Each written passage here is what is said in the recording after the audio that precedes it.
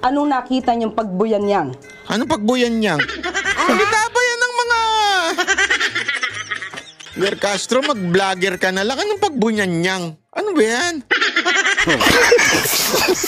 Ver Castro, Yusek Ver Castro. Ganun ba kabanda ang spokesperson Malacanang? Naging parang atakdog. Alam niyo ba atakdog? Ulo na aso. Pag nakaamoy ng pera, kakagat. May tanong ako sa'yo. Ano? Anong mas mahirap intindihin? Science o math? Siyempre, yung ugali mo. Iwala ka ba na nakakalabo ng mata yung madalas na panonood ng Bolt? Nako, alam mo, Nandito ako sa kabila pare. pare, huwag kang maniwala dun. Mabuti at nakakatulok pa ng mahimbing ang mga politikong kurakot. Wala ba silang konsensya? Ipag-pray na lang natin na bangungutin sila.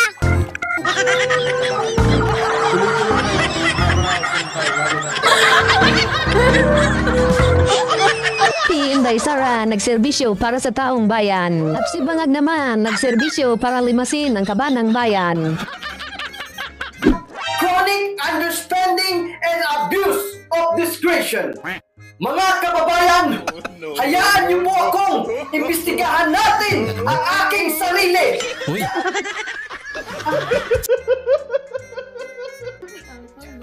Class dismissed! Eh, ba't kami hindi pwede?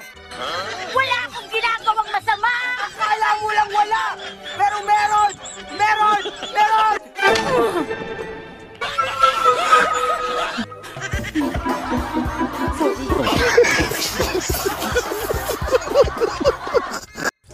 Huwag daw sisihin ang gobyerno sa nangyayaring kahirapan ng mga Pilipino. Ganun ba? So, kasalanan naming mga Pilipino kung bakit busog na busog yung mga buhayang politiko na kumakain ng buwis naming mga Pilipino? Ay, ganun ba? Sorry, it's our fault.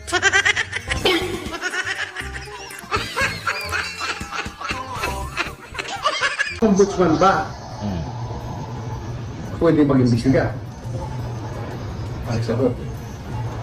Yes. But not to prosecute. Yan. So there are two terms, sir. The power to investigate and the power to prosecute. What we have at the moment is the power to investigate and not to prosecute. Let's go to prosecute. Yan, mga kababayan. Ha? Hoy, Rimulya, tandaan mo yan. Sinasabi nitong former ombudsman, mga guys. Kaya lang itong si famous na si Lo Bender, mahilig na talagang maniobrahin ang batas nung una pa. Kaya babantayan natin to si Mr. Rimulya, ang bagong ombudsman na nakahiya sa kasaysayan. Hindi ka ba nahihiya, Rimulya? Ang daming taong ayaw sa iyo. At ang dami po pang kaso. Talagang pinalusutan nyo lang yan ni Bangag. Itong si Bangag na alam niya na ito na siguro ang huling barahan nila, mga guys, para hindi sila makulong kung sakaling si BP Sara na, hoy mga gonggong, hindi yan pwede, aabangan namin yan. Kailangan mo na nga, kailangan ngayong mag-resign eh. Umalis ka na dyan. Patod pa ni reaction video, you're fired. Ayaw na namin sa iyo. Lumayas ka na dyan. Alright, welcome back to my channel, mga kababayan. How is your life over there? Ito na nga ating mga funny political videos. Marami ito, but before that, shoutout again dito kay Kiko Barsaga. Ito, mag-file daw siya ng impeachment. Suportahan natin yan. Hoy, mga matok na mga. Tulong guys, huwag niyong kampahin yan si Bangag. It's about time na may impeachment na gugulong dyan. Ang dami na kayang kasalanan nitong Bangag nga ito, di ba? Ang dami mo lang kasalanan, kaya dapat wala nang kakampi dito. Hayaan yung gumulong itong impeachment ni Kiko Barsaga. Shoutout sa iyo. Alright, patuloy tayo mga guys dito sa ating mga random political videos. Let's go! Breaking news!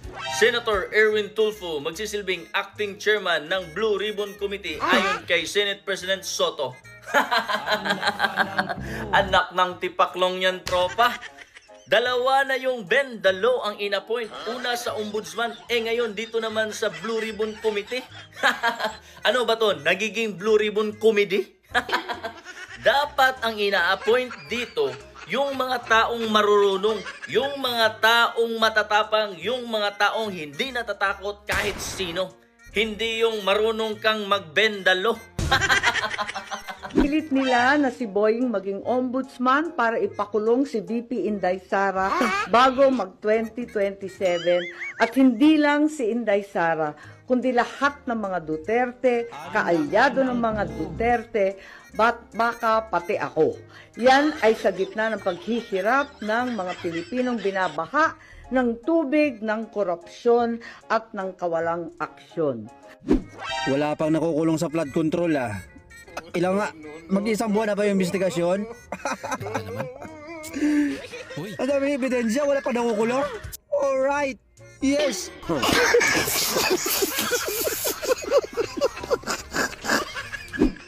3 taon ng presidente si BBM at VP si Sara. Ngayon gumawa tayo ng summary sa nangyari sa politika ng Pilipinas. Tingnan natin ang mga anggulo, kung sino ang sino at ano ang ano. Una, nabuwag ang Uniteam dahil hindi nila ma-recruit si VP na makipagsabwatan sa corruption nila. Pangalawa, kinidnap si PRRD dahil tingin nila banta ito sa kapangyarihan nila. Pangatlo, dahil ayaw nakisama ni VP, minabuti nilang ipa-impeach kahit wala namang basehan. Kung ano-anong rason ang mga congressman na pumirma na alam naman nating lahat dahil sa pera. Pang-apat, siniraan nila ng siniraan si VP Sara at lahat ng mga Duterte supporters. Sa unang apat, mukhang magtatagumpay ang mga tukmol. Ang problema hindi nakisama ang kalikasan. Binaha ng binaha ang mga lugar nila. Nadiskubre ang napakalaking nakawan sa buong kasaysayan ng Pilipinas na akala nating lahat ay kay Marcos Sr. na ang pinaka. Barya lang pala ikumpara sa anak niya. Ngayon, yung 2 tukmol, tanggal na sa laban. Yung isang natira, magdasal ka na. Kahit palit-palitan nyo pa ang namumuno sa Senado at Kongreso, hindi nyo ito matatakasan. Kung si Marcos Sr. halos pinalagpas na lang, sa inyo ngayon hindi na kami papayag. Ate po sigaw dito, ikulong! Mandarambong! Ikulong! Mandarambong! Bong, bong, bong! Abangan po sa aming pagbabalik! Saan mo nakuha yung buhaya mo, pre? Sa Senado ko nahuli tong sa akin. Ito ang hustisya ng taong bayan sa mga kurap na politiko. Hindi sa korte, kundi sa kalsada. Hello, paring Budot. O paring Romualdez, napatawag ka. Anong meron? Nag-aalala ako na baka makulong ako tulad mo. Ano ang naranasan mo sa kulungan? Yun ba? Tang ina, ang sarap ng buhay doon sa mansyon na pinagkulungan sa akin, kompleto sa gamit. Pwede kang pa-deliver ng kahit anong klaseng alak at kahit ilang babae pa para pagtapos ng inuman. Ano pa bimbangan kayo sa bathtub? Talaga? Nako, excited na akong makulong doon. Hindi bembang pala. Kala ko kasi impyerno doon.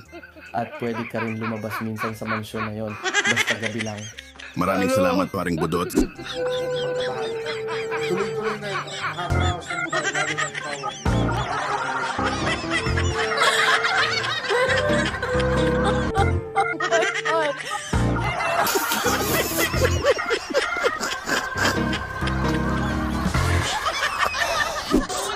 Mula sa aking mga magulang, dapat pantay-pantay ang lahat.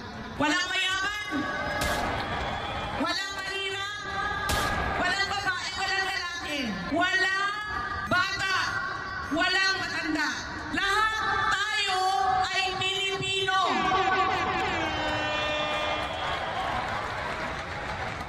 Kayo nandito? Balita ko kasi may lindol dito kaya nagbebenta ako ng bigas, 20 pesos lang per kilo. Bili ka. Ano na, President Bongbong. Akala kasi niya, popular siya nung nanalo siya ng 2022. Hindi niya alam, nanalo lang siya dahil siya'y umangkas kay Sara Duterte. Hindi niyo alam nararamdaman ko. Kasi hindi naman kayo cute. Yan, ano nararamdaman mo, ha? Ano nararamdaman? Sino ba naman ang hindi nangangailangan ng pera? Pero dapat naman, gamitin natin ang pera Pero, wag nating hayaan ang pera ang gumamit sa atin. Eka nga, wag nating sasambahin ang pera. Palamuti lang sa buhay yan eh. Stand by my side. Ubusin natin yung bad boys. Kasi ako bad boy noon. Nag-graduate naman ako. Good boy na ako ngayon. Nadidisturb yung kaluluwa ko. Kung sa'yo gusto na itong bato niyo. Hindi tayo magkaintindihan ngayon eh. O, bakit pag grupo nila ang naglagay, insertion yon. Pag grupo nyo, amendment yon. Diba? So, sabi ko nga, nung bata ako, tinanong ko sa yaya ko, Yaya, bakit pagka nagkakasakit ako, sabi mo, hika? Bakit sa mga kaklase ko sa high school, asthma daw?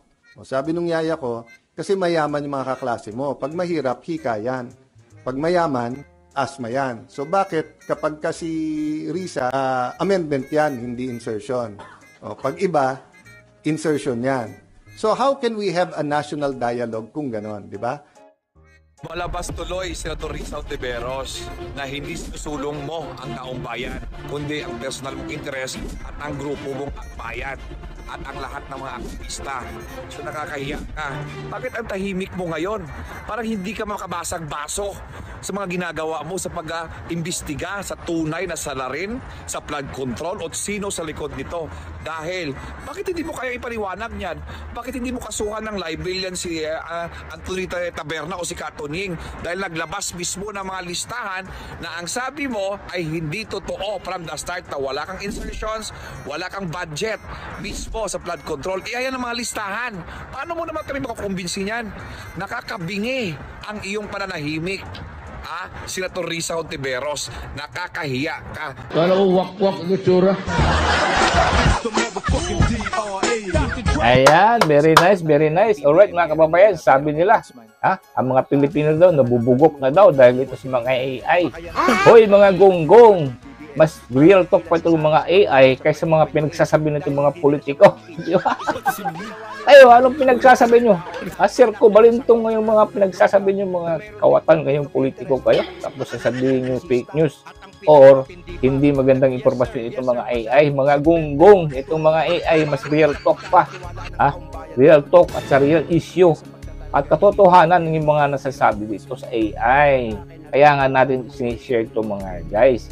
It's not the messenger, it's the message kung ano ang pinagsasabi. Diba? Ito kasing mga mahilig lang na parang excuse lang nila na fake news, huwag kayong masyadong maniwala dyan.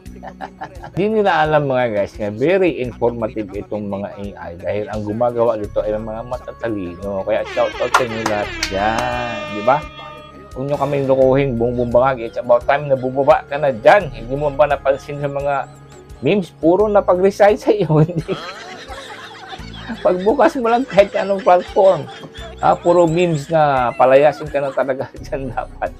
Sa Malacanang. Mahiya naman kayo sa mga balat.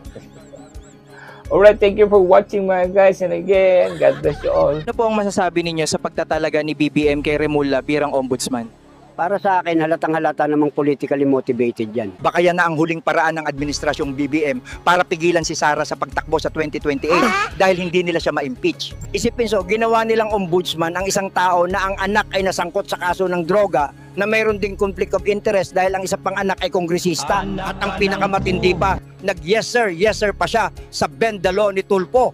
Paano pa siya pagkakatiwalaan ng taong bayan ngayon?